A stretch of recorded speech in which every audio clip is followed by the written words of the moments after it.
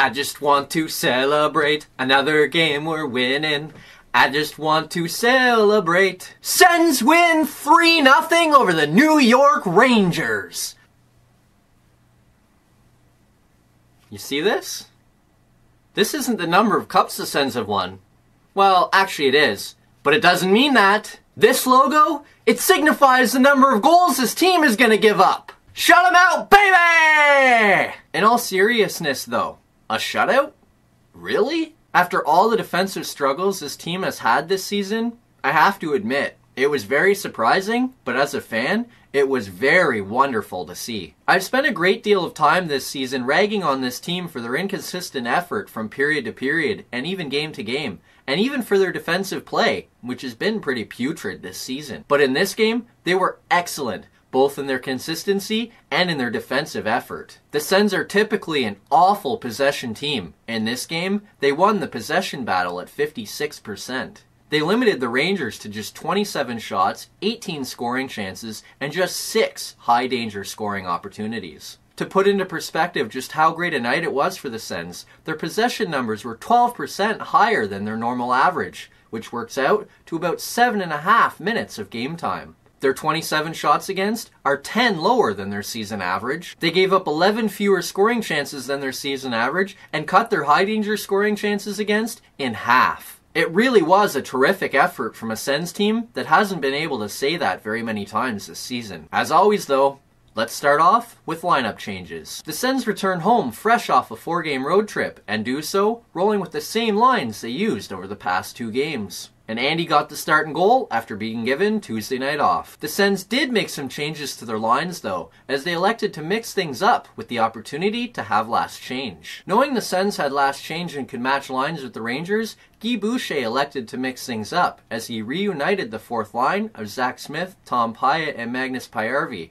while moving Ryan Dzingel onto the top line with Matt Duchene and Drake Batherson. The Sens' 3rd line saw Tierney, Bodker, and Ryan paired together, while the 2nd line of Stone, Tkachuk, and White was left intact. These are the lines I'd like to see this club use every night. I like the chemistry Duchene and Batherson and Duchene and Dzingel have shown at different times this year, and as I've mentioned in a number of videos, I really like the Sens' 2nd line of Tkachuk, White, and Stone. And that 3rd line with Bodker and Tierney, 2 former San Jose Sharks, I like the chemistry they've shown at times this year as well. Everything just seems to fit where it should, given the personnel this team has. In the early going, it showed too, as the Sens got on the board first and wasted little time doing it. Just over 2 minutes in, the Sens are doing some work in the Rangers zone. Matt Duchene picks up the puck behind the Rangers goal, cuts in front, and sends a pass cross crease. It gets there and...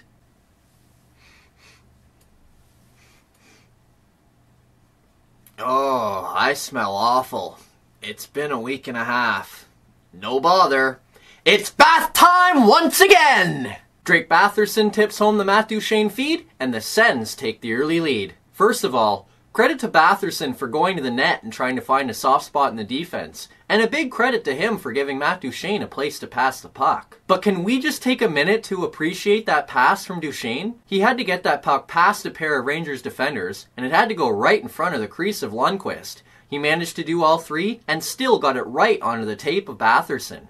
Just amazing. Even more amazing than that, the Sens build on their lead. Tom Pyatt forces a turnover at the Rangers' blue line. He pokes the puck forward to Zach Smith. He turns around and heads towards the Rangers' net. Before he gets there, he passes it cross ice to Magnus Paajarvi on the right side. Paajarvi fires it on goal, somehow sneaks it by Lundqvist, and the Sens lead 2-0. Not exactly the prettiest of goals, and I'm sure Lundqvist would like it back, but we'll take it. The Sens lead 2-0. Heading to period 2. Near the midway mark of the second, Jesper Fast takes the puck hard to the net and there's a scramble in front. The referee blows his whistle, the puck goes in, and the Rangers have cut into the Sens lead. Not so fast. The play is reviewed, and with the puck under Anderson and players pushing away at him, the referees determine that they were about to blow their whistle, and the goal is disallowed. Given the situation, I can understand why it was disallowed, and I agree with the call. The puck was under Anderson, and the whistle should have gone. The only reason it managed to end up in the net was because Fast came in and pushed Anderson's pad. The rules state you can't score by shoving a goalie's pad,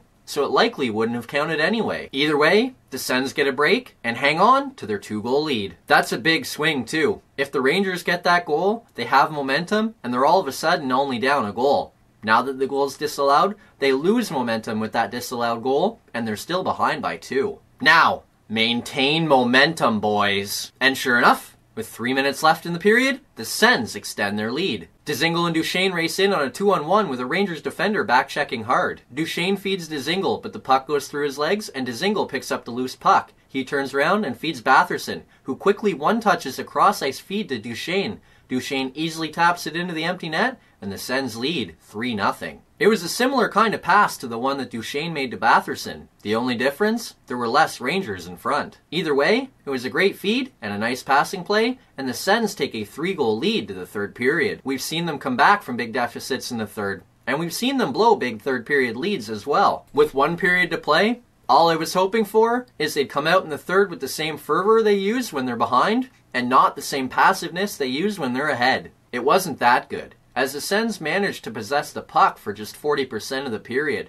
but they were good enough to limit the Rangers to just 8 shots, 5 scoring chances, and 1 high-danger scoring opportunity. The few chances the Rangers did have, Anderson was equal to the task, and the Sens skate away with a 3-0 win. At the end of it, you could tell this game meant a little more to Andy, as he gave a couple extra fist pumps and might have even given out a celebratory yell. The shutout was his first since December 16th. Almost a full calendar year. It was also a nice bounce back for Andy, who was outplayed by Lundqvist on Monday night, and was the much better goalie in this one. I'm sure there was a part of that fist pump from Andy that said, "I finally got some help in this one. We finally showed up, and looky here, we got a shutout." Before we dig too far into that though, let's look at the good news and the bad news. The good news? It's pretty obvious. I've touched on it a bunch. Ottawa was terrific defensively last night, which is good news. As I mentioned off the top, the Sens improved in their defensive play last night, and in some cases, improved significantly. They had way more puck possession, which broken down over the course of the full game makes a huge difference. If you can take the puck off the other team's stick for 7 minutes, you've limited the opportunities they have for shots and for scoring chances, and the less of those they have,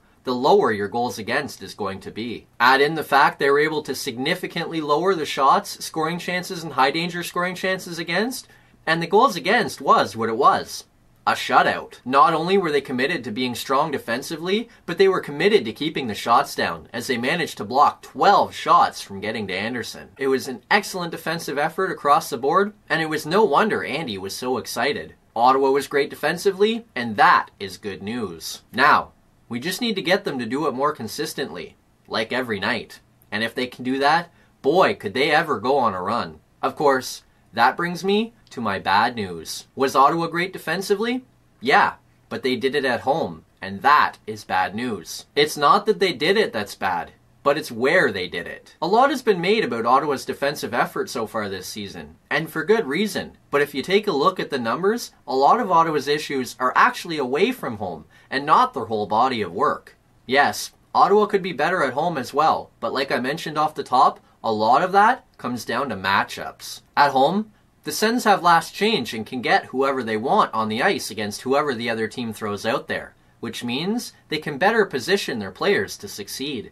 On the road, Ottawa has to match up with whoever the other team wants, and that team can exploit Ottawa's deficiencies. And with a team of young players, there are deficiencies there. Ottawa's home record is 8-4-2, while their road record is just 3-8-1. At home, Ottawa's possession number sits at 46%. On the road, it's just 42%. Shots and scoring chances are much the same, as the Sens give up approximately 1 extra shot, 4 extra scoring chances, and 3 extra high-danger scoring opportunities on the road. And the goals against? That's where things get really telling, as the Sens give up almost 2 goals against more on the road than they do at home. So, while the Sens may have improved with that effort at home, there is still a lot of work to be done on the road, and that is the bad news. The Sens, however, won't have to deal with that right away, as their next contest comes at home, when they welcome returning Erik Karlsson and his San Jose teammates on Saturday afternoon. The matchup will be the first of the season between the two teams, who split the season series last year, with Ottawa winning 6-5 in overtime in Ottawa, and San Jose winning 5-0 in San Jose. So far this season, it's the Sharks who have been the better team, as they hold a record of 12-9-5 to sit 4 points ahead of the Senators, who are 11-12-3. And like I mentioned, this game will be the first time that Erik Karlsson faces his Sens, and will be his first time in Ottawa since being traded from Ottawa to San Jose in September. I expect it'll be an emotional afternoon for Karl and for Sens fans, but it should be a lot of fun. Hopefully, we can show EK65 that we're just fine without him and pick up the win. See ya Saturday afternoon.